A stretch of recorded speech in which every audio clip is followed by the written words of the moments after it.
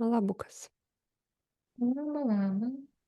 Aš šiandien pasipuošiau ir su Skry... aplikacijom kalėdos jau, kaip sakoma, į tiesiąją finišą artėja, ne? Aha, bet pas tave tai vasara ten už lango, aš matau. Tai šventės, tai aš pasipuošiau visapusiškai šventiškai, tai sako, kai šventės, tai širdį šiluma, ne? Nu, tai, Mm. kaip sakoma, ir kalėdinį aksesuarą, į bugienį menantį ir atspalvių ir, kaip sakoma, vidinio komforto būsenas, mm, į, į šilumą tėkmę ir jaukumą, nes šiandieną dar visgi pabūsime antrosios čakros periferijose arba iš tiesų pakeliausime tarp pasaulių, galbūt taip pasakykime, nes mes vis minime, aha, ten pirma čakra žiūri ten tą, antra šitą, trečia va tą, bet organizmas, žmogaus organizmas unikali mini ir makro tuo pačiu visatos kopija savyje juk talpina daug kitų variacijų, organų, sistemų.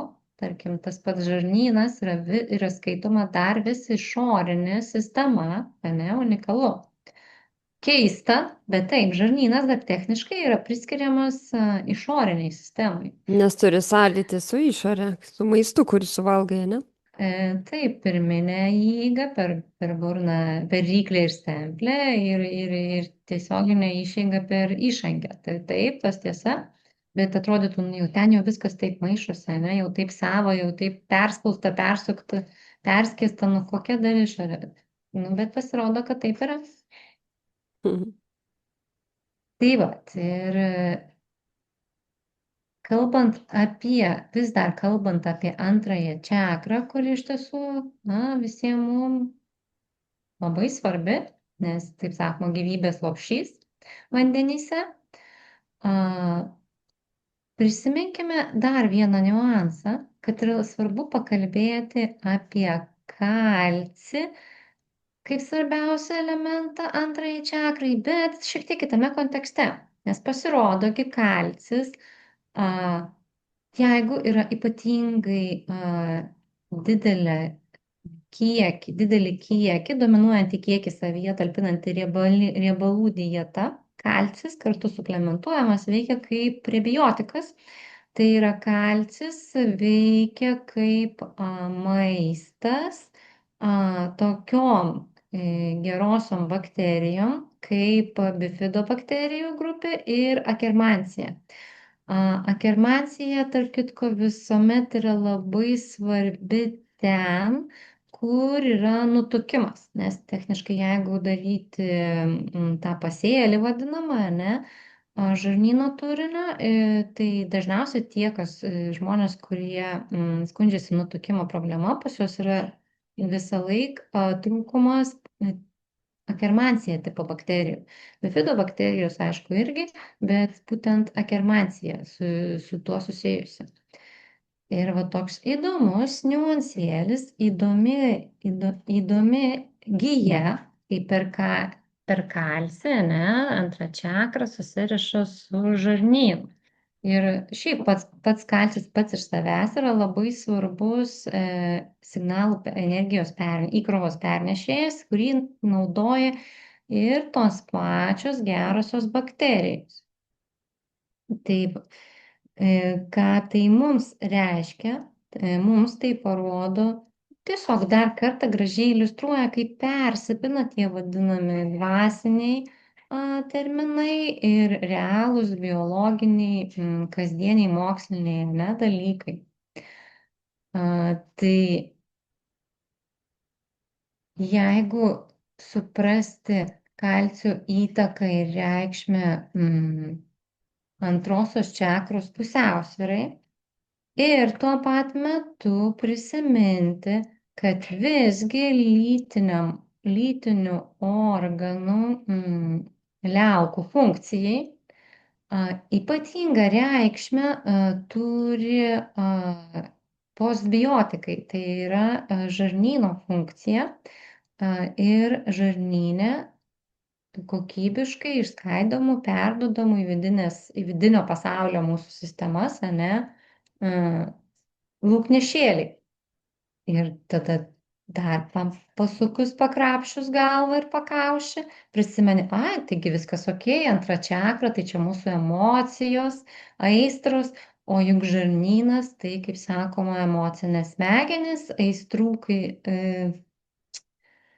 tikrosios gelmės ištakos būtent siejamos su žarnyne esančiu itin gausiu neuroreceptorių tinklu, ne? Tai kaip ir verta dar šiek tiek apie tą kalcį ir antrąją čakrą kalbant ir apie jos suplementacinę gerovę, pakalbėti, jog žinot, gerieji, šitoje situacijoje, net jeigu jums senas geras ajurvedos dėdė pasakytų, o ir čia čakra, reikia tau kalcio papildus gerti, jūs prieš tai pamąstykit ir prisiminkit, kad gal visgi ne vien tik tai to kalcio papildus, kad ir tai jau yra tuo pat metu ir signalas, jog greičiausiai reikia susirūpinti dar ir pačios mikrobiotos žarnyne gerovę. Tai yra šansų, kad jeigu išsibalansavusi, išsibalansavęs tas taip vadinamas libido, ne? Nes visgi antroji čakra, tai čia yra kaip toks erotinis centras, aistra, polėkis, kurio tuos aštresnius kampus ir pikus subalansuoja ketvirtoji čakra, tai yra meilės energija, ne? Kaip papildomai harmonizuojantis niuansas.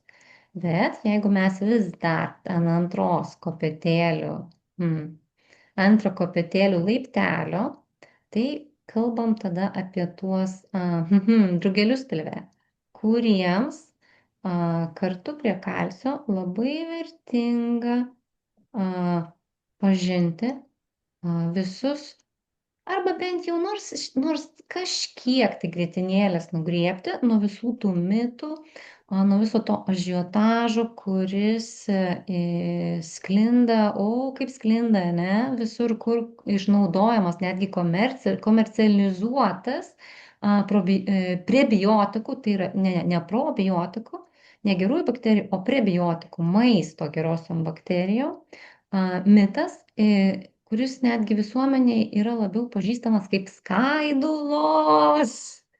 Juk turbūt ant kiekvieno šlamštmaišio pakelio dabar jau rasi tokią išdavikišką eilutę. Yra skaidulų, fiber.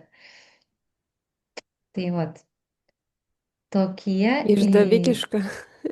Nu taip, nes tu pamatai tavo pasąmonė, ypač jeigu tu mažai domiesi, skubi lėki, kažkur viena ausim girdėjai, kad kažkur per podcastą koks įdėdė, ar, kaip sakoma, daili panelė su skrybėlaitė papasakojo, pamatai žodį ir griebi užkandžius. Nu, galvoji, vis kažkas veikiau, vis, kaip sakoma, kokį nors miligramą karmos, ne, nuošimti nuo gerojo karmos taško savo į krepšį tuo pačiu įsimesti, kad kažkuo pasistengiai savosios šeimynos naudai.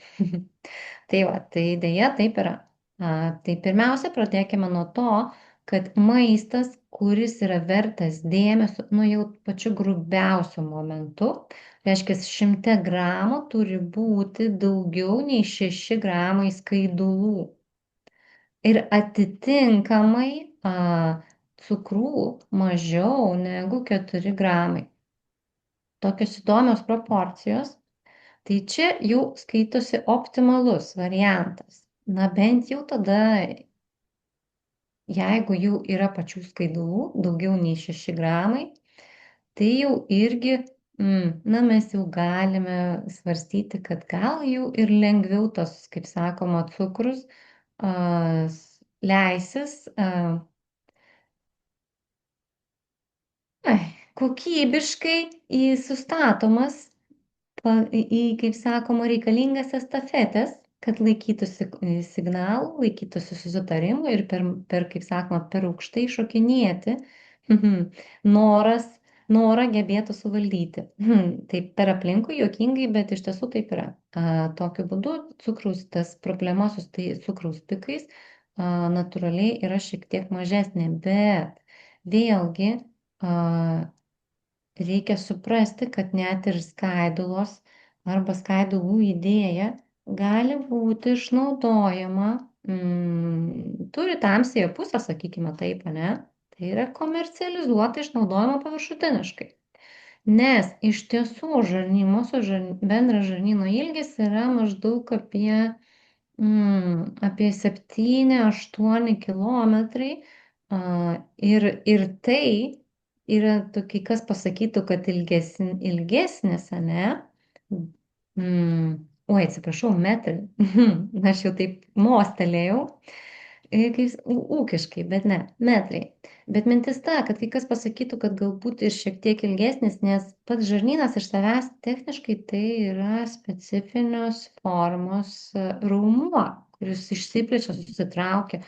Ir tos žarnos, jos sudarytos iš daugybinių mikronarelių ir esant reikalui jos gali plėstis ir padidėti, na, kelis kartus daugiau negu jų pirminė apimtis. Tad vėlgi iš to ir kyla visokios, na, kaip čia pasakyti, ginčiai, ar pas mane tiek centimetrų, o pas tave, kaip sakoma, vos ne visų metrų daugiau prisiskaičiavo, ne? Svarbiausia žinoti, kur yra viso to šurmulio centrinešis, o tada jau galima, kaip sakoma, įvairiomis variacijomis pasiskanauti. Taigi, žarnyno ilgį paminėjau dėl to, kad mums iš tiesų tai reiškia, jog tų gerųjų bakterijų, draugų, kurie gyvena kartu su mumis, išorinėje, dar vis išorinėje mūsų sistemoje, todėl yra normalu, kad mums privaloma jie dalintis, jų ten yra tiek daug, kad jų armiją pamaitinti, tai yra super rūpestingi, geradariai darbininkai, bet jie irgi nori valgyti, kad galėtų kokybiškai dirbti. Tai jiems pamaitinti reikalinga suvalgyti per dieną maždaug dvigubai, negu mes įprastai maitinamės, ane? Kokybiškai žaliavalgiško maisto. Tai, sakykime, sportininkas, na jau toks rimtas atletas, didelių apkrovų metu, na jisai gal ir pasiekia 3000 kalorijų per dieną ribas, bet to vadinamo 4,5 tos ribos, tai jau praktiškai šiais laikais mums yra per sunku pasiekti, nes visai kitas gyvenimo būdas. Yra išmatuota, kad žmonės iš tiesų tiek gebėdavo suvalgyti ir išvengdavo nutukimo ar kažkokių taip antsvorio problemų ar sveikatos dėl apsirijimo pasiekmių sveikatai, bet tiesiog tai buvo laikai, kai buvo fiziškai kardinaliai kitaip ir daug daugiau aktyviau judama.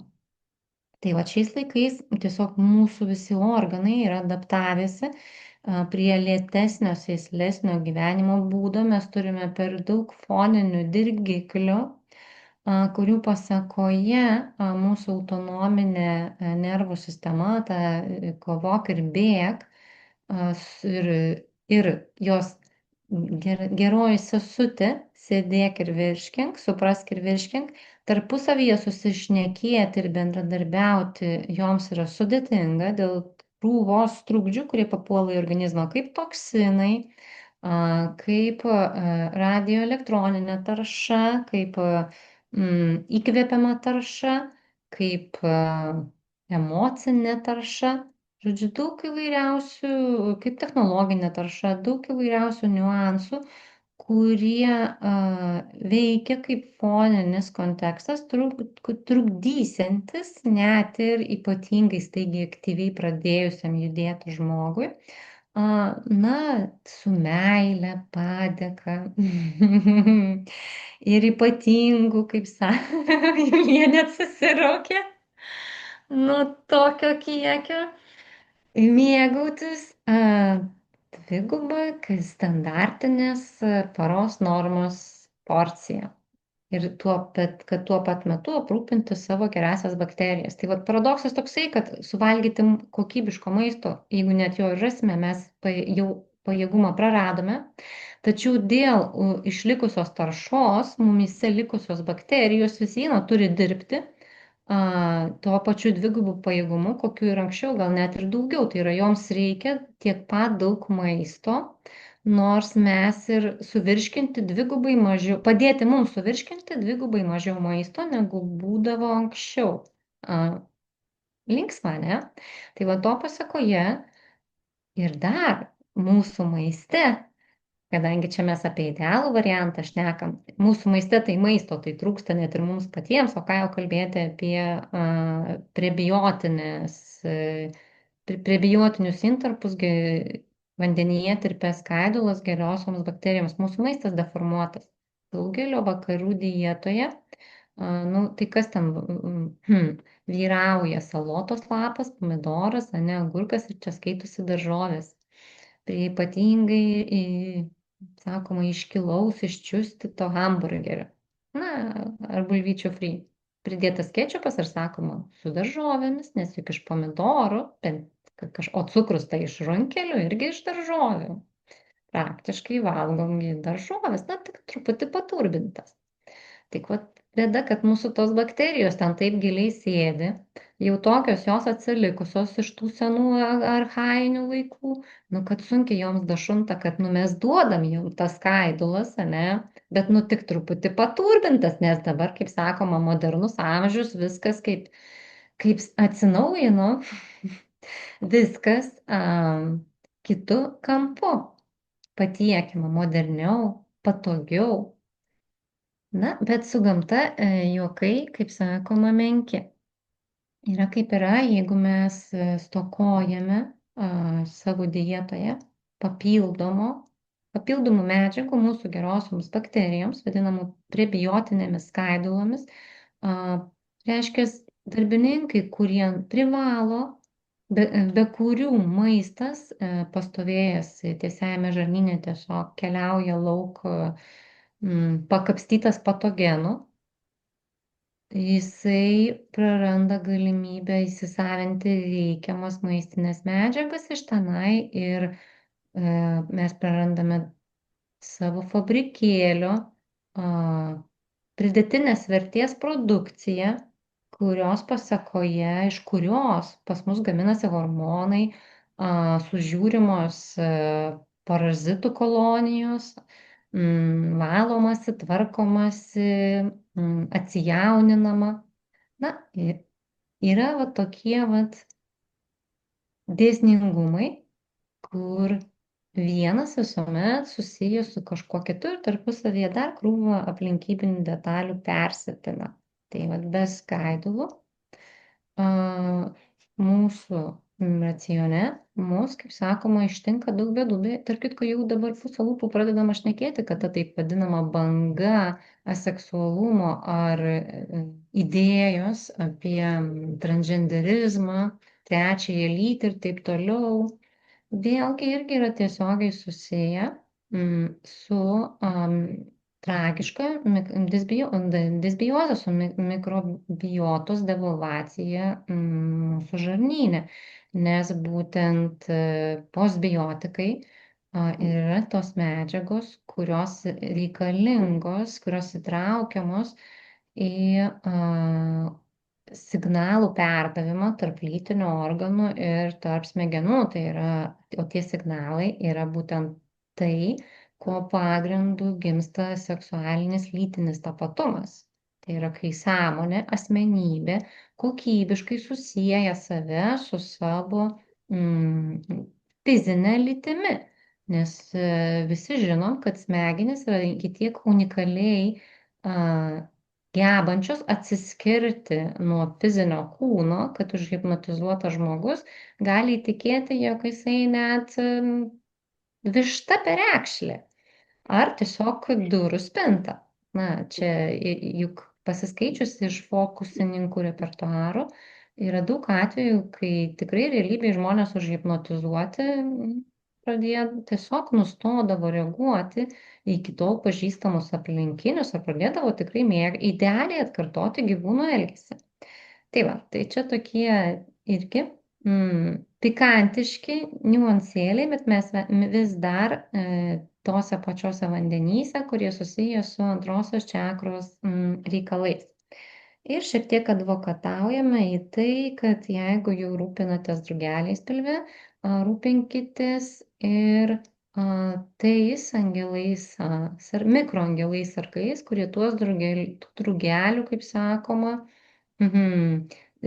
tvartus, na gerai, gardelius prižiūri uope ir juos maitina. Tai yra gerosiomis bakterijomis ir kokybiškų kiekių skaidulų maiste. Tai va, skaidulos. Skaidulos yra problemos arba mitai su skaidulomis tame, kad pirmiausiai žmonės turi suprasti, kad skaidulos yra dviejų rūšių. Ir tos yra laikomos nevirškinamomis, tai yra jos techniškai kaip ir maistinė tiesiogiai pačiam žmogui, tiesmukai vertė yra, na, minimali, mizerna. Bet vandenyje netirpios skaidulos, kurios sukuria galimybę išvengti to tokio užsikimšimo betono efekto, kai maistas kažkur užstringa, karamelizuojasi, sakykim taip. Ir žarnynui, kaip sakoma, per sunku tampa žarnyno pompai traukti visą tai žemyn. Tai, kad išvengti tokio kamščio, tai pirmiausia, taip, tokią funkciją atlieka tos vadinamos netirpiosios skaidulos, nes, nu, jos tiesiog padaro bendrą turinį biresnį. O vėlgi, kai yra biresnis, reiškia, atsiranda galimybė oro tarpams. Tai yra lengviau virškinama, daug visokių niuansų. Su šitom skaidulom taip, jos vadinamos dar žarnyno šluota, labai propaguojamos, visi mėgsta, griebia, ne, dažnai eskaluoja, bet yra ir tokių, kurie galbūt netgi teisėtai purkštauja ir sako, kad jos kenkia blogai, kad sužadina vidurių pūtimą, gali tą patį vis tiek suaktyvinti užkietėjimą, gali net aktyvinti uždegiminius procesus. O kodėl taip yra? Yra todėl, kad reikia vertinti kontekstą, kur jos keliauja. Jos keliauja tunelių žarnomis, ne, taip tos vidinėmis metro linijomis, kurios turi sieneles. Ir priklausomai nuo to, koks maistas vyrauja, ir jeigu dominuoja standartinė vakarietiška dieta ir ypač mėsavalgių racionas, reiškia, ant žarnų sienelių formuojasi apnašos, tie vadinami išmatų akmenys. Ir kas tai yra? Taip ir tam tikrą prasme, taip galima sakyti, tai kažkiek primena, na, taip grubiai tėkštelėtus tinko gabalus, ne, atsikišimus. Tai natūralu, kad jeigu skaidulos, tos vandenyje netirpios skaidulos yra bendroje masėje, kai kokie atsikišimai, ne, alkūnės, spigliukai keliaujantis žemyn, na, jos tikrai suaktyvina variacijas, kai vienas ar kitas to vadinamo tinko, žarnyno tinko, ne, išmatų akmenų gabalas yra užkabinamas ar net atplėšiamas ir tai gali sukelti kažkur kitoje atkarpoje žarnyno, tai gali užkimšti visą srautą, arba toje vietoje žarno sienelėje tada gali atsirasti žaizda, nes žarno sienelė sudaryta iš vieno sluoksnio ląstelių ir yra iš tiesų labai jautri pažeidai. Reiškia, jeigu ten atsirado žaizda, iš žarnyno automatiškai papuola per stambius maisto molekulės, papuola pašaliniai kažkokie tai fone dalyvaujantis net ir mikroorganizmai, kurie dar galbūt nespėti sutvarkyti, ne? Ir natūralu, kad tada tokio žmogaus organizme gali suaktyvėti uždegiminiai procesai. Ir tada padarys, pavyzdžiui, kaip yra panašus variantas yra su čija sėklomis, mes jau tarp kitko minėjom, bet prie temos vėl galima grįžti. Labai daug kasgi sako dabar, ne, išsibrinkykit čija sėklas, taigi čia gyvybės ir gėrio šaltinis nešantis vandenį. Minkštoji kempinėlė keliaujanti jūsų žarnynu, nes kelis kartus su didesnį vandens kiekį už savo masę, ta kruopytė, ta sėkla gali išbrinkusi aplink save talpinti, jinai tokį kaip gelinė apvalkalėlį suformuoja, ne? Bet jinai vis tiek tam tikrą prasme veikia kaip šiek tiek minkštesnės, bet kaip abrazyvas. Ir dėl to buvo JAV netgi užfiksuoti, kad tyrimai, kad žmonėm vartojantiems čija sėklų, padarius CRB tyrimą, nustatomas padidėjęs CRB rodiklis, tai yra uždegiminio baltymo kiekis indikuoja, kad suvalgius tokio maisto su čija sėklomis, kaip sakoma, į organizmas patiria sudėtingas apkrovas, tai yra iš žarnyno patenka kažkas tai, kas, kaip sakoma, yra, na, kaip kontrabanda. Per anksti įlindusi, be eilės įlindusi kontrabanda. Bet vėlgi tai yra savaime suprantama, jeigu prisiminsi, kaip kas fone vyksta organizme, kad jeigu yra tos žarnų apnešos, yra žarnų sienelių erozija dėl užslėptos disbiozės ir dėl besimptomio uždegimo, tai reiškia ir ta čija kažkur valo, kažkur nuvalo, bet kažkur pakeliui gali ir brūkštelti kokį šašą atmirkyti, užkabinti, nes tai yra vis tiek abrazyvas. Ir todėl to pasakoje, na, daktarai, jeigu tiesiog primityviai užfiksuoja, padidėja rodikliai, ne, čija blogai. Čija iš esmės geras dalykas, bet tik tai reikia suprasti, kad tai yra kas kita nei vienintelė panacėja. Ir taip čija sėklas geriau vartoti išbrinkintas, bet geriau vartoti iš karto išsibrinkinai ir dar ir sumaliai. Tai yra jau tikrai sumažinti tą jų einamąją masę ir palengvinti jų įsisavinimą, kad jų duotybė virsti iš vandenyje dalinai, tam tikrą prasme netirpios skaidulos, nes tą čija sėklą, jeigu cielą suvalgysi, mažai ten jinai tiesiogiai į tavo fermentą ją išskaidys. Bet jeigu jinai jau sumalta, tai tada jinai pasitarnauja jau dar ir kaip vandenyje tirpi skaidula, tai yra iš tiesų pamaitina gerąsias bakterijas. Mes šiek tiek apie čiją plačiau, nes čia yra labai populiarus, dar vienas populiarus mitybos mitas, ne, kad supermaistas. Tai vietoj to, kad ar angažuoti, ar fanatizuoti, mes atkreipiame į tam tikrus niuansus, kad palengvinti skirtingų frakcijų, kaip sakoma, palengvinti tas įtampą tarp skirtingų frakcijų už ir prieš variantuose dėl čija sėklų. Na, žodžiu, susitvarkykit kitus reikalus, galėsite ir čija pudingais mėgautis. Grįžtant atgal, tai vat, vandenyje netirpios skaidulos žarnyno šluota. Jų funkcija kaip ir reikalinga, bet tuo pat metu jos savyje turi tam tikrą grėsmės potencialą, jeigu kontekstas, kuriame jisai veikia, yra prastai prižiūrėtas ir jeigu žarnyne yra bėdų su tam tikrais niuansais, kuriuos prieš tai vardijau, kaip lėtinis uždegimas ir disbiozės padariniai. Bet kitas momentas, kuris yra labai svarbus, kitas skaidulų rūšis, yra taip vadinami beta-gliukanai. Tai yra dažniausiai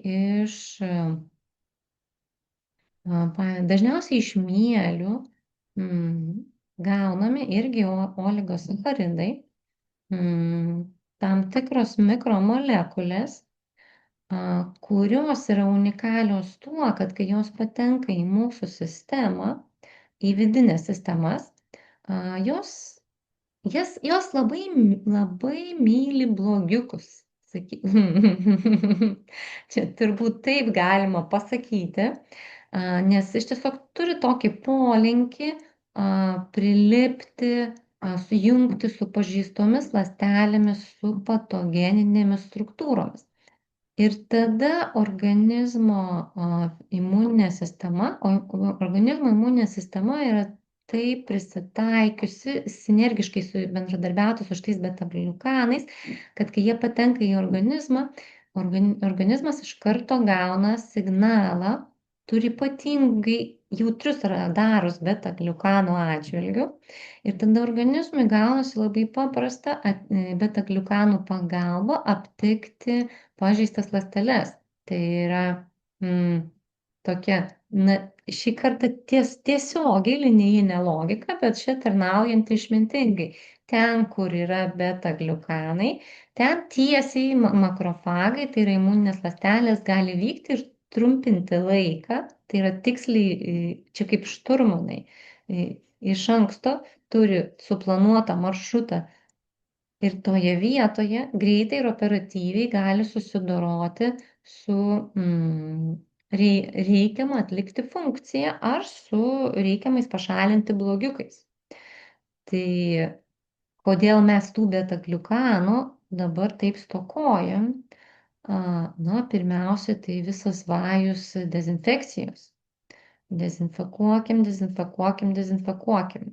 Tai yra bijom pelėsio, bijom grybelio ir visų kitų dalykų, dezinfekuokim, dezinfekuokim. Na, anksčiau natūraliai visos daržovės būdavo sandėliuojamos kur? Na, rūsiuose, tos vadinamosios sklepukose, kur nori, nenori, jos gaudavo sąlytį su pelėsiu, su grybeliu. Ir tada ta mikrotarša beta-gliukanais ateidavo ir iki žmogaus stalo. Tai yra tarytum tai, kas dabar jau garantuotai įvardyjama kaip kenksminga, turbūt kur be paskaitysi kokių sveikavalgių kerteliai, tai visur garantuotai užtiksi lozungus, kad grybelis kaltas, naikinam grybelį. Ane, Julija? Mhm. Čia Nežinau. turbūt einamasis, negi nepastebėjai, turėjai pastebėti, čia einamasis trendas, ypatingai tų, kas mėgsta probiotinius, tuos visus dabartinius bakterinius, gerųjų bakterijų gėrimus. Tai ten praktiškai plakatai, kas antram sakinyje iškelti. Visa ko kaltė grybelis, reikia naikinti grybelį, pukaka, blogas grybelis. Bet pasirodo, reikiamomis sąlygomis ir aplinkybėmis tas grybelis gali duoti žmogui ir naudą, bet kadangi dabar visi miestiečiai valgo maistą iš parduotuvių, o parduotuvių daržovės N kartų purškiamos, kaip čia pasakyti, saugojamos ir globojamos papildomais stabilizatoriais nuo pelėsio ir grybelio. Rezultate jos ateina iki mūsų tiek išplikintos, iščiustytos, kad mes mažai ir turime tų mums reikalingų, natūraliai reikalingų medžiagų, padedančių organizmui bendradarbiauti ir prisitaikyti prie aplinkybių, jog nori, nenori, gyvename mikropatogeniškame pasaulyje. O kur įmanoma tada šiais laikais suvalgyti beta-gliukanų? Pas babytę kaime. Na, iš Nu, čia tiesų, jeigu miestiečiai sunku. Na, techniškai, jeigu perkamos daržovės, ne, tose vadinamuose ūkininkų turgeliuose, kur matai, kad jos ir guli ten kokios bulvės, morkos, jos ir guli žemėtos ten tose dėžutėse, ne, tai jie laiko, tie, kurie laiko tomis senovinėmis, ne, ankstesnėmis sąlygomis, nes, pavyzdžiui, kai kurie laiko smėlyje morkas, kai kurie daržovės išlaiko visą žiemą ganėtinai šviežias šiaudais perdengtas. Daug įvairiausių variacijų, bet tai yra tomis senosiomis priemonėmis tokios daržovės natūraliai jos turi daugiau galimybių turėti kontaktą su tuo vadinamu pelėsiu, ne, grybeliu ir gauti tų beta-gliukanų. Bet šiaip pagal bendrą kiekį vėl, kaip čia pasakyti, Vėl atsakymas šiek tiek liūdnas. Technologijomis apsistatę, patogiai gyvenantis, tam tikrą prasme, kai kurias medžiagas turime technologijų pagalba savo į racioną dasidurti, nes tiesiog dėl vėlgi ta pati gravizacija, ta pati chemizacija, tie visi tie niuansai jie padidina beta-gliukanų poreikį ir net jeigu vieną kitą morkytę nusiperki iš ūkelio, jų to bendro kiekio yra per mažai, Mhm. kad turėti, kaip sakoma, gerai kokybišką racioną, nes tų beta-gliukanų juos dalį jų paskirsto į mūsų vidinės sistemas, bet dalį jų sunaudoja ir gerosios bakterijos. Savo vidiniam ten žarnyno reikalams, savo vidinėms, kaip sakoma, periferijoms. Irgi kaip signalinėse funkcijose, reguliacinėse funkcijose patogenų atžvilgių. Ar netgi iš, iš savo pusės tiek, kiek jos dalyvauja regeneracijoje žarnyno sienelės. Tai trečioji, paskutinė, bet lygiai gal net bene svarbiausia tam tikrą prasme, nors iš tiesų gal pagal reikšmę turbūt atitinka, pagal reikšminį tą svorį atitinka beta-gliukanus, bet tik tai gal didžiausia pagal kiekį, kiek reikėtų suvartoti. Tai pagal tai reikšmingiausia skaidulų grupė, tai vadinami ilgosios grandinės oligosacharidai, tai yra tos ilgosios skaidulos vandenyje tirpios. Tai jos prakeliauja tranzitu per visą plonąjį žarnyną iki pat storosios, iki didžiojo žarnyno ir yra tos mikrocukrų, į tai irgi cukrus. Todėl, kai kas nors tiesiog rėkia cukrus blogai, su cukru irgi reikia atsargiai, nes gali, kaip sakoma, prisišaukti pats be suvokimo, ant ko šauki, nes pasąmoningai tada gaunasi, kad tu savo programuoji atmetimo reakciją visoms cukraus formoms, o cukrus techniškai tai yra mūsų gyvybės pagrindas, mes cukrų energiją skaidom. Tik tai klausimas yra toksai, su kokios kokybės cukrų yra vertingiau skaidyti į gyvybinę energiją ir kokiomis aplinkybėmis. Tai va, čia toksai niuansas. Tai va, tai tie mažieji cukrai, vandenyje tirpios skaidulos, jos yra juokinga, nes žmogui jos yra tiesiogiai mažai naudingos. Tai yra, valgai, kam čia valgyti, ne? Cielus minimum 2 šaukštus per dieną, kažko, ką be galimybės pats suvirškinti ir malonumą gauti valgant, ne? Čia kai Nulis labai, energijos. čia labai trumparegiškai žiūrint. Bet čia taip ūkiškai, kartais kartais šiais laikais būna ir kai visi skuba lekia ir trumpina viską, kaip sakoma, toks ūkiškumas irgi dažnas dalykas, ypač jeigu tai siejasi, Julija, su pinigais. Tai yra, jeigu tas skaitalas reikia pirkti iš kažko tai, ne? Ar gamintis, ta prasme, pirkti pinigais, ar pirkti laiku. Tai yra gamintis, nes reikia specialius, ne tai, kad ten vieną ropę pagraužia ir valio, ar cukrinį runkelį žalę, ne? Ne, reikia šitų skaidulų, jos yra jų proporcijos unikalios tuo, kad kiekvienoje to didžiojo žarnyno dalyje, kurios iš viso yra 4, reikalinga skirtingo ilgio ir skirtingų rūšių atitinkami skaidulų kiekiai.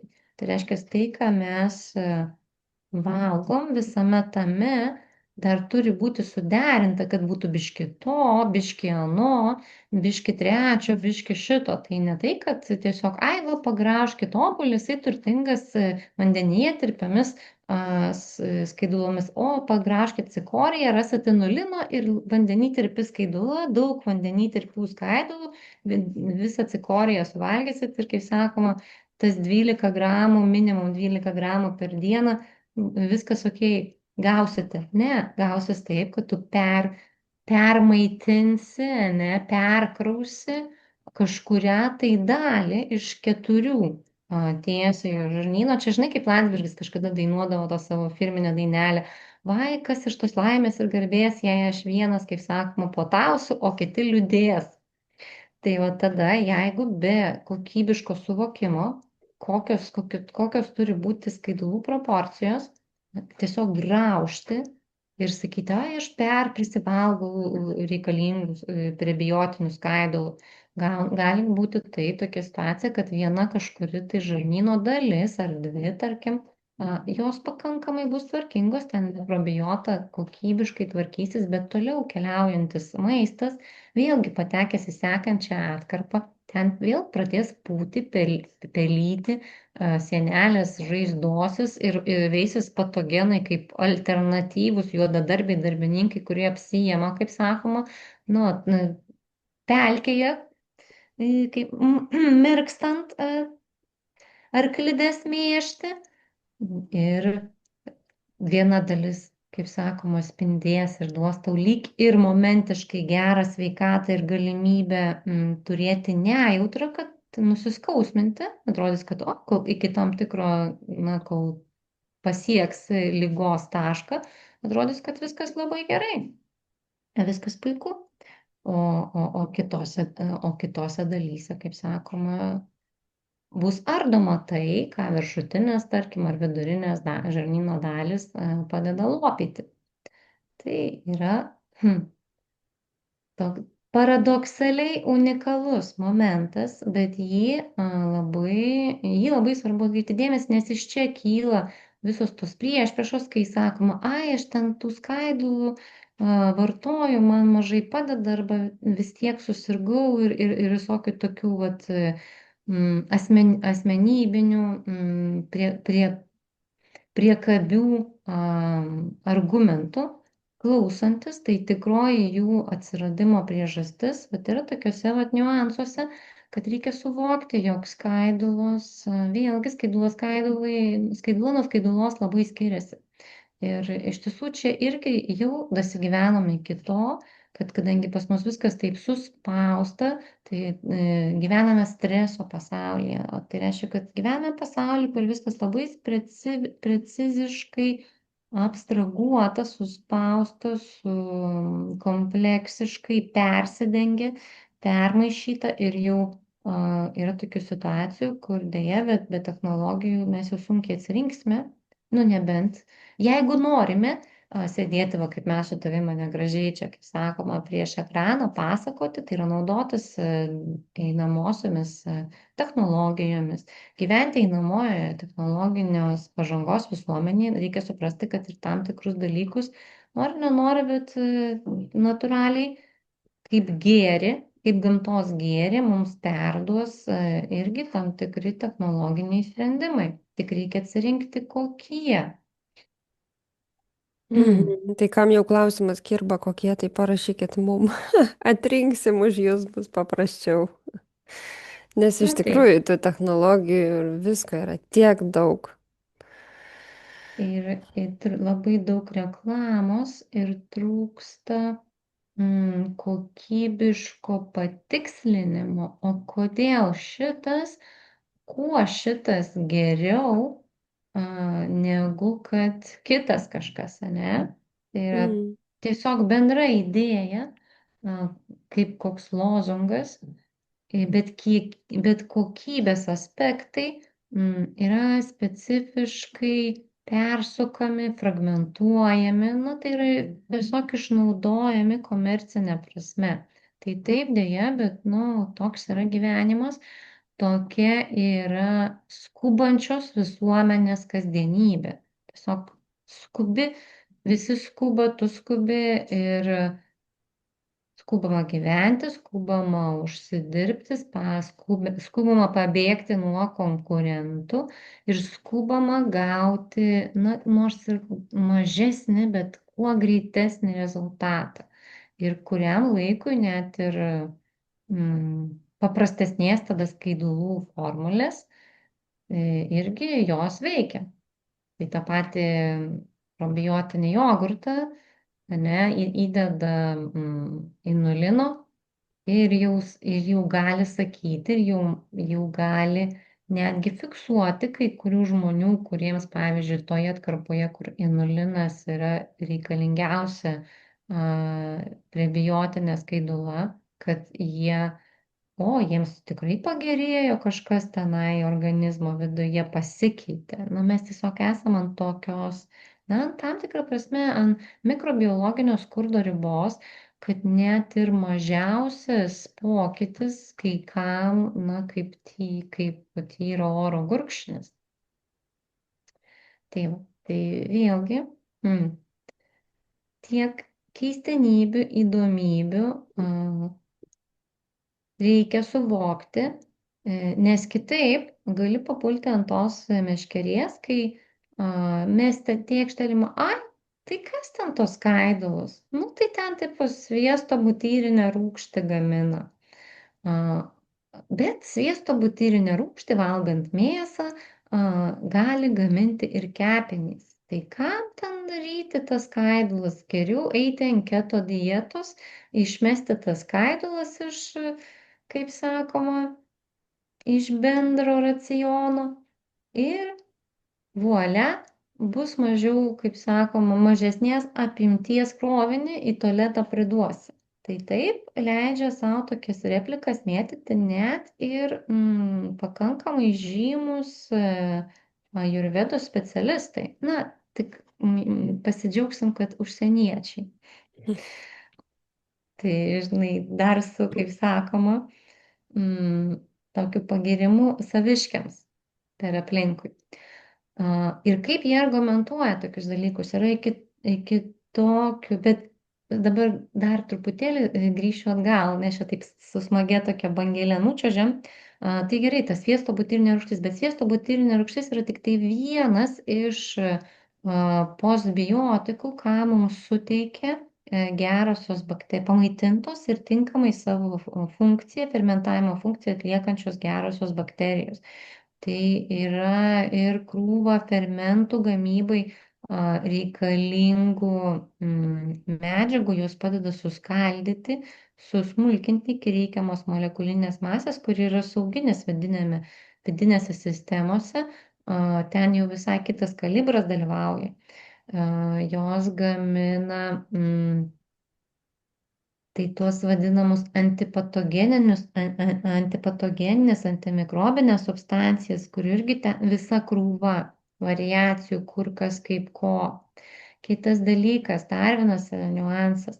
Apie tai mažai jau kas šneka, nes taip toli mažai kam įdomu, bet dalis tų pačių vandenyje tirpių skaidulų, jos dar kartą yra susmulkinamos ir atiduodamos vėlgi kaip mini mikroskaidulos į kraują. Jeigu pažiūrėsi, kraujas yra tirštas, kraujas yra sąlyginai tas, kas nors kada nors buvo įsikandęs į lūpą, prisimena tą saldžiai sūrų kraujo skonį.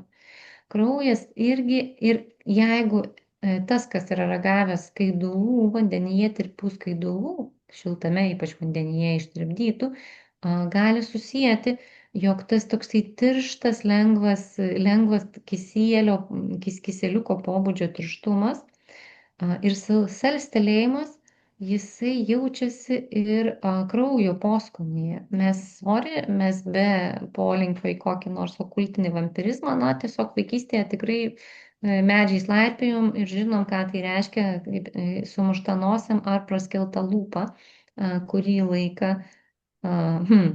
vaikščioti. Tai va, tai mintis ta, kad net ir kraujyje reikalinga būti skystyje tirpių skaidulų, kurios per kraują, per skysčius, per limfą irgi turi salstelėjimo. Visi kūno skysčiai turi šiek tiek salstelėjimo, kas indikuoja, jog juose yra tų ilgosios grandinės labai labai smulkių oligosacharidų. Ir tai logiška, nes juk sakoma, kad žmogaus DNR ir mikroorganizmų, gerų ir blogų mikroorganizmų, kurių yra kiekviename organe, kiekviename odos lopinėlyje, na, ten yra tūkstančius kartų, jų DNR yra tūkstančius kartų daugiau mumise negu mūsų pačių genomų. Tai natūralu, kad kažkokiu tai būdu jos gi turi maitintis, o jeigu gerosios bakterijos yra kiekviename organe, ne tik žarnyne, reiškia, jos visos valgo ką? Jos valgo tą prebiotinės skaidulas, tai yra ypatingai smulkius, nevirškinamus oligosacharidus, nes tuo jos ir skiriasi nuo patogenų, kurie gali valgyti bet ką ir namus, kuriuose gyvena. Tai vėlgi, tai yra svarbus niuansas, kad argumentuoti vadinamiem keto dietos šalininkam, kurie aiškina, jog galima patvirtinti, jog organizmas apsieina be gerųjų bakterijų, kaip sakoma, išsisprendžia vidurių pūtimo problemos lėčiau, bet saugiau tuštinamas ir viskas, žodžiu, ten yra patogiau, nes mažiau lieka ką tuštinti. Bet patogu rėkti, bet įsigilinus visgi reikalų yra. Kitas niuansas, iš kur tie keto dietos argumentatoriai, šalininkai tiek drąsos įgauna. Jiegi sako, kad va, pažiūrėkit, kokie čiūkščio, ne, inuitų ar net ir tų visų nuošalių tautelių atšiauriomis sąlygomis gyvenančių genčių dietoje praktiškai nėra skaidulų. Ypač ten, kur gyvena tose šaltose kraštuose, kadangi ten mažai kur maisto užsiauginsi to žaliojo. Sako, jiegi puikiausiai pasižymi labai gera sveikata, šitiek ištirti, aprašyti dėl savo įžymiosios dietos, suteikiančios jiem ilgaamžiškumą, bet tuose aprašymuose, kuriuose pasakojama, kaip jie ten skaniai minta žalia, džiovinta mėsa, yra dar tokios eilutės, kuriuose pasakojama, kad vienas dalykas jie valgo žolėdžių jūros ir sausumos gyvūnų skrandžio turinį, tai reiškia apvirškintas tas jūržolės, apvirškintas kerpes ir tokiu būdu jie gauna tą savo reikalingą žalumynų racioną ir iš to žalumynų raciono pasiima jiems reikalingas skaidulas. Taip, galbūt dėl kitokių gyvenimo sąlygų, kitokios adaptacijos jie šiek tiek ir mažesnį kiekį tų skaidulų gauna bendro žalio maisto pavidalu, bet jie visgi net ir tokiomis žiauriomis aplinkybėmis arba tokiu žiauriu keliu, ne, kaip valgyti kito gyvūno apvirškintą skrandžio turinį. Jie vis tiek, kaip čia pasakyti, jie verčiasi per galvą, kad gautų žalio maisto ir kad gautų skaidulų. Nes iš kitos pusės, taigi, o kam ryti ten tas apvirškintas kerpes ar apvirškintas jūržolės iš tų gyvūnų skrandžių, jeigu mėsą grauži ir viską tu ten turi, ne? Nes tie gyvūnai valgė, viską ten valgė, savyje kaip tarpininkė savo audiniuose užrakino, tu savo susivirškini ir kaip buožė, kaip baudžiauninkų darbo vaisiais sėdi apsirūpinęs patenkintas. Na, bet pasirodo, kad atitinkami veiksmai indikuoja, parodo, kad tai yra vien mėsos yra per mažai. O plus kitas dalykas, kaip jie gauna dar papildomai tų skaidulų, jiegi geria šiltą, šviežią gyvūnų kraują. Tai yra ten, tose atšiauriose sąlygose, tai yra gyvybinis išteklius natūralus, na, taip gal žiauru pasakyti, bet dėja, na, tam tikrą prasme tai yra kaip sriubos atmaina jiems. nes tai yra tiesiogiai maistinės medžiagas, ištirpintas maistinės medžiagas savyje turintis, nešantis skystis. Ir čia vėlgi susiveda du galai, kur mes prieš tai ką tik kalbėjom, kad kraujyje yra ypatingai smulkaus kalibro tirpių skystyje skaidulų. Tai dar vienas patvirtinimas, jog ne, gerbėmieji, jie vis tiek apsirūpino tomis skaidulomis, nors iš pažiūros atrodo užkietėję mėsėdžiai. Tai čia toksai vertingas argumentas, atsižvelgiant į dabar ypatingai mėgstamas lakes frazes apie tai, kaip sakoma, tegu karvė savo žolę tik ir rupšnoja, o rimti vyrai ir, kaip sakoma, modernios damos gali ir kepsniu su krauju pasigardžiuoti. Gal ir gali, bet už ignoraciją ar mandravimą vis tiek reikės sumokėti, nes reiškia, organizmas pritrūks išteklių ir darbininkų, kurių pagalba rezultate vidinės sistemos turi žaliavas, iš kurių gaminasi fermentai, hormonai, vyksta vieni ir kiti imuniniai procesai.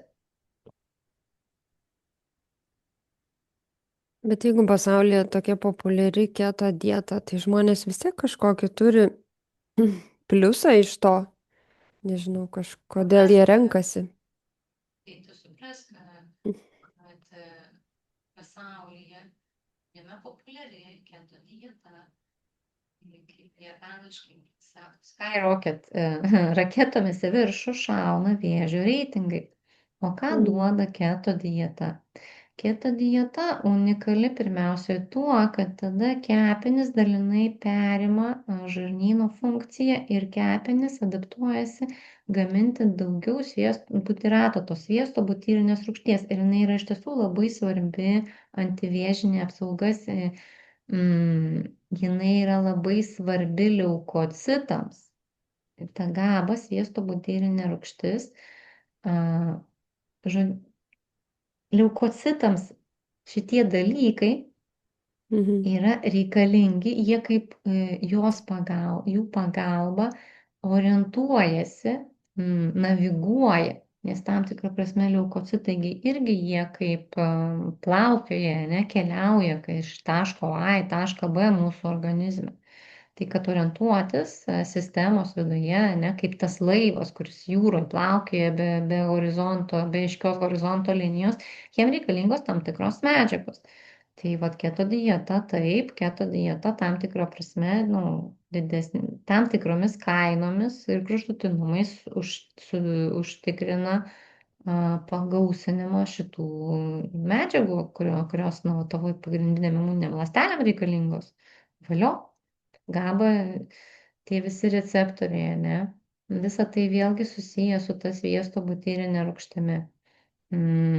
Jie suteikia, šitie dalykai, šitie procesai, jie suteikia, susiję su savitvardos, su ramybės, ta nusiraminimo būsena, o streso pasaulyje čia juk yra vienas reikšmingiausių dalykų, ne? Gebėjimas išlikti susikaupus arba nurimti, persijungti iš vienos būsenos į kitą. Na, tai normalu, kad tokia banga simptominės gydymosi priemonės per pasaulį ritasi. Žmonės griebia beleką, kol veikia, tol gerai. Antibiotikai buvo pasaulio panacėja, kai atsirado. Reikėjo, nereikėjo, išrašinėdavo avansų, kol veikia. Kai prasidėjo bėdos, prasidėjo šalutiniai poveikiai arba nustojo veikti, reikėjo vis stipresnių ir stipresnių ir rimtesni šalutiniai poveikiai, na, tada jau pradėjo mąstyti, ieškoti alternatyvų. O šiaip mūsų dėja, bet mes tokia esame simptomatinė visuomenė. Tai yra į tikslą orientuota visuomenė, bet kokiomis priemonėmis, kuo greičiau, nes ar yra kada. Visada yra kažkas įdomiau, kažkas skubiau.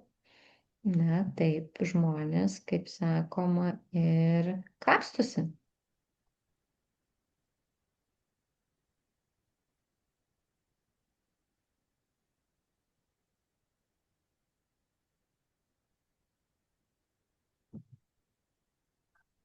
Negirdžiu tave.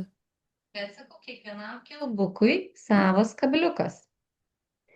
Ateina laikas ir nori, nenori, arba išmintis ir branda, arba skausmo momentas priverčia ieškoti alternatyvų, arba prisiminti, jog visgi savuoju kūnu kaip mikropasauliu daliniesi dar ir su kažkuo kitu ir tų kitų teisės ir, kaip sakoma, norų reikia paisyti.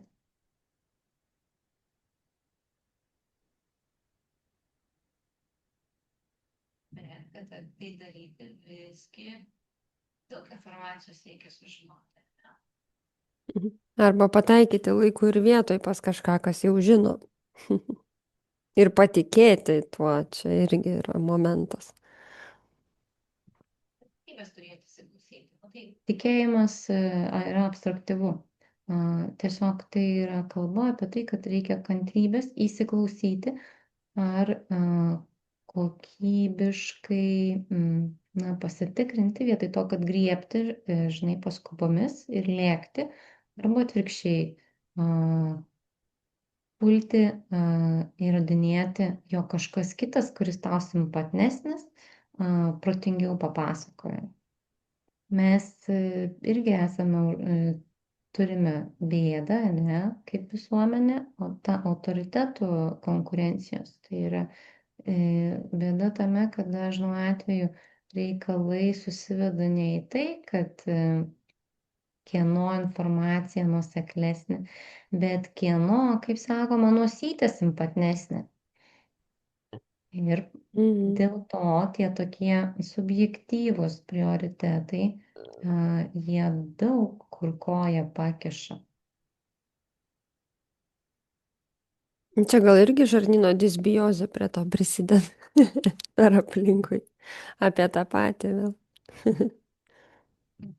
Taip, natūralu, kad atitinkami momentai reikalauja atitinkamai kitokios reakcijos. Nes jeigu trūksta kažkokių tai hormonų, reiškia gebėjimo tiksliai orientuotis, galimybės irgi yra ribotas, organizmas turi išskirti daugiau kortizolio. Nes kortizolis, taip, jisai streso hormonas, bet kortizolis yra ta medžiaga, kurios pagalba tu pasieki tą gauni tą tikslumo, aiškumo momentą. Daugiau kortizolio iki tam tikros ribos veikia, tada kortizolio receptoriai, pervargsta, apsineša kaip tie lango stiklai, ne, ir kad jų jautrumas tam tikrą prasme atsinaujintų, reikalingas adrenalino pliūpsnių sistemoje atitinkami kiekiai. Tada tokie žmonės, taip, tu teisingai pastebėjai, kartais jie ignoruoja informaciją ne dėl to, kad informacija yra prasta ar mažai naudinga, bet jie tiesiog ieško galimybių, kuria provokacijas konfliktui.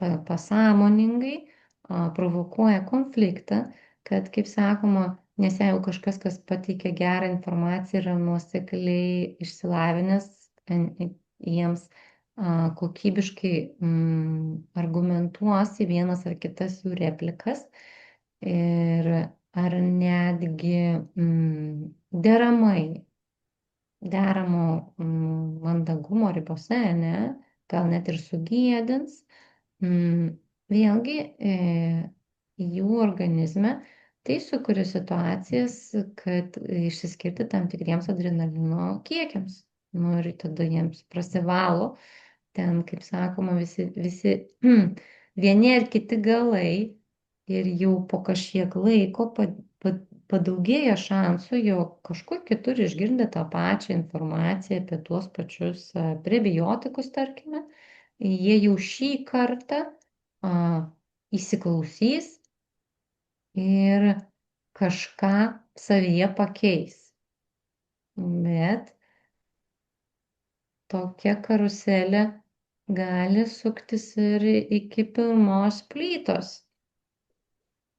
kai kažkur kažkas pasąmoningai pajautęs, kad žmogus gyvena būsenoje, provokatyvioje būsenoje, provokatyvioje užslėptoje konflikto paieškoje ir transliuoja tas pasąmoningai tokius dažnius per save, na, kažkas atlieps iš mažiau intelektualinės sferos, na ir gali kaukštelt per panosį kokiame tamsiame skersgatvyje. Tiesiog iš bičiulišką paslaugą darydami ir sakydami, nu ne, man tavo kažkaip marmūzė mažai patiko. Daug visokių tokių yra šešėlinių niuansų susijusių su tuo, kas darosi mūsų žarnyne arba ko siekia mūsų imuninė sistema, kaip bando per skausmo faktorius mus sustabdyti ir atkreipti dėmesį, gauti tam tikrų medžiagų porcijas, kurių pagalba psichika tampa pajėgi atkreipti dėmesį, išgirsti kūno prašymą ramintis. Tai, Sudėtinguoju keliu čia. na, tiesiai per aplinkui irgi visi keliai veda į Romą, bet geriau, kai pasirenkama prevencijos būdu, ne? Tikrai taip. Tai va, tai turbūt apie pagrindiniai visi tie niuansai, apie mūsų geruosius pagalbininkus, tie, kas padeda kupidonams gaminti strėles ir kuriuos buvo verta paminėti dėl jų rimto bendradarbiavimo su kalciu. Tai turbūt pagrindinius niuansus šiandieną ir aptarėme. Nu ką, tai įdomu. Einsim dabar visi ieškoti gerų bakterijų. Gerai, kad mes su tavim turim negerų bakterijų. O matai, aš apie bakterijas iš karto, man matyti. Reiškia, tada dar reikia pakalbėti apie tai, kad taip, jeigu jūs norėsite statyti arklį vežimą prieš arklį, dėja, bet prašausite, tai yra, jeigu gersite, tiesiog galvos, tai mes pagersime gerųjų bakterijų ir mes čia būsime gudresni, kaip tas šakalas už Šerchano nugaros, o mes į šiaurę trauksim ir ten pralauksim, o jūs čia kapokitės, ginkitės žemės. Ne. Bėda yra tame, kad visos gerosios bakterijos, kurios yra apyvartoje, yra išaugintos laboratorijose, tai reiškia, jos genetiškai yra šiek tiek pakeistos. Ir to šiek tiek užtenka, kad organizmas ties atpažintų kaip svetimkūnius. Ir iš esmės taip, gal momentiškai kažkokį gerą darbą jos ir padaro, bet jeigu jos labai greitai yra šalinamos lauk ir tada ta probiotiko vartojimas, jis yra, turi būti nuolatinis, o atrodo, kad tu tieki gyvą organizmą, kuris teoriškai turėtų pats jau apsigyventi ir daugintis. Ne? O tik tai, kol vartoji, tam kartu yra gerai, bet ir tai. Yra tokie tyrimai padaryti, kad čia irgi yra rusiška ruletė. Reiškia, 50 procentų žmonių gerosios tos vadinamos bakterijos, kaip įeina, taip išeina. Tai yra be jokios naudos tiesiog, na, darė išmatas ir išmatų tyrimus. Ir netgi patys tyrėjai buvo nustebę, kad yra tokia didelė proporcija, tai yra 50-50. Tai kurioj tu pusiai, na, didelė rizika, kad tuščiai geri. Nors iš tiesų yra gal per daug žiauru pasakyti tuščiai, nes vis tiek probiotikas, jisai turi tą savybę sugerti save toksinus, ne? Tai net jeigu tu geri tą probiotinę kapsulę ir jinai, ta visa mikroflora pasklinda viduje ir vis tiek iškeliauja lauk išstumiama kartu su išmatomis, jinai pakeliui geba surišti su savim, pakeliui pasiimti, ne, kažkokią tai dalį toksinų. Tai jau yra nauda, bet kalbu apie ekonominės naudos koeficientą, tai yra per brangu ir rezultatas yra per daug mažas. Kitas dalykas, tas kiekis, kuris yra vienoje kapsulėje, net jeigu ten ir rašo, kad yra milijardai, milijardų ir ten visokių rūšių, Tai yra tik tai, na, lašas, ašara vandenyne, kiek iš tiesų tų gerųjų mikrobų mums reikia. Ir kitas dalykas, organizme jie labai, jos tos proporcijos, tos kolonijos, kurių daugiau, kurių mažiau, jos labai keičiasi priklausomai nuo situacijų, nuo metų laikų. Tai vėlgi, ar žmogus, ar gamta, ar ta prasme vidinis mūsų intelektas, evoliucinis intelektas geba geriau adaptuoti proporcijas, kokios rūšies ir kur kiek bakterijų reikia, ar visgi laboratorijai suskaičiavo, uždėjo štampą, peržegnojo ir jau, kaip sakoma, tikrai bus tai kaip nurodyta. Na, manau, kad tas variantas, kuriame yra judėjimas, kaita ir gebėjimas atsinaujinti, yra reikšmingesnis.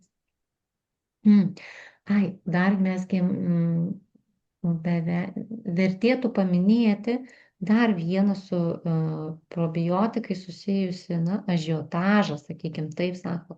Kam ten tos skaidulos, kam ten tos bakterijas gerti, jūs valgykit fermentuotą maistą ir jums ten visas žarnynas spindės. Deja, būtų gerai, bet vėlgi vienas niuansas, vargu bau, ar jūs privalgysite tiek skirtingo fermentuoto maisto, kad taip diversifikuoti savo žarnyno mikroflorą. Antras dalykas, valgyti fermentuotą maistą galbūt reikalinga ne tiek, kiek dėl gerųjų bakterijų, o valgyti fermentuotą maistą yra reikalinga dėl to, kad tiesiog tada lengviau fermentavimas šiek tiek atpalaiduoja tą mikromolekulinę konstrukciją ir yra daug lengviau net ir tuos pačius baltymus, baltymai yra įsisavinami plonajame žarnyne, tarytum, sakykime, baltymams kaip ir bakterijų nereikia tiesiogiai, kad jas suvirškinti. Bet vienas dalykas tada, jeigu fermentuotas maistas baltymai žarnyne yra lengviau įsisavinami, nes ta struktūra visa yra jau sąlyginai atpalaiduota fermentuoto maisto ir išsiimti tam tikras daleles yra daug įtraukti, įsiurbti, pernešti su tam tikrais įkrovos nešėjais yra daug lengviau. Bet vėlgi tie vadinami enzimai, kurie tame dalyvauja, jų veiklai, jų gamybai, jų išsiskyrimui reikalingos medžiagos, kurias orkestruoja gerųjų bakterijų fermentinė veikla, tai kaip ir per aplinkui, bet net ir fermentuotas maistas tik dalinai gali pagelbėti, nes net ir iš fermentuoto maisto pasiimti maistinės medžiagas reikia to indėlio, kurį duoda kokybiškai aprūpinta žarnyno, to didžiojo žarnyno mikrobiota. Kokybiškai apsirūpinti vien išgraužiant tik taip ten miso kopūstus, fermentuotus kimčiai ir taip toliau, na, nelabai. Bet yra kitas niuansas, tada vyksta atitinkami pokyčiai organizme, kur gali ir prisižaisti per daug su fermentuotu maistu, sužadinamos tam tikros, jeigu tai yra jau visiškai absoliučiai dominantinės proporcijos, ne, tavo kasdieniam racione. Na, techniškai ten įvyksta tokie pokyčiai, sužadinami perdėm tokie niuansai, kurių pasakoje kepenys patiria apkrovas, gali patirti apkrovas, lyg tu vartotum per daug alkoholio, nors tiesiogiai kaip ir nėra to alkoholio tavo sistemoje, ne? Nu, kad tu piltum į taurelę ir degustuotum tiesiogiai per ryklę.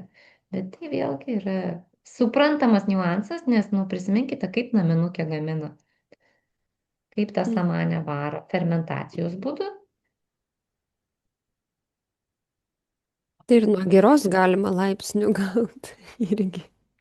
O kefyro irgi. Mhm. Tai visur visi turi savų, kaip sakoma, specifinių niuansų. Nu, tai va, tai dar pabaigai va tokius perliukus paminėjau.